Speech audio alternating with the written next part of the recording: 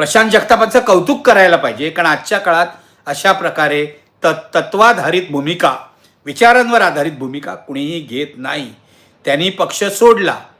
प्रशांत जगताप हे सुप्रिया सुळे यांचे निकटवर्तीय मानले जातात. सुप्रिया सुळेंनी सुद्धा त्यांना सांगितलं की असं काही करू नका, पक्षाच्या हिताची गोष्ट आपल्याला बघायला पाहिजे. आजही सुप्रिया सुळे अजित पवारांशी आपली युती झाली आहे असं जाहीरपणे मान्य करायला तयार नाही. त्या असं म्हणतात की बोलणी चालली आहेत वगैरे वगैरे वगैरे. आजही पत्रकार परिषद त्यांनी हेच सांगितलेलं आहे की प्रत्येक सकाळ नवी असते वगैरे डायलॉग त्यांनी मारलेले आहेत.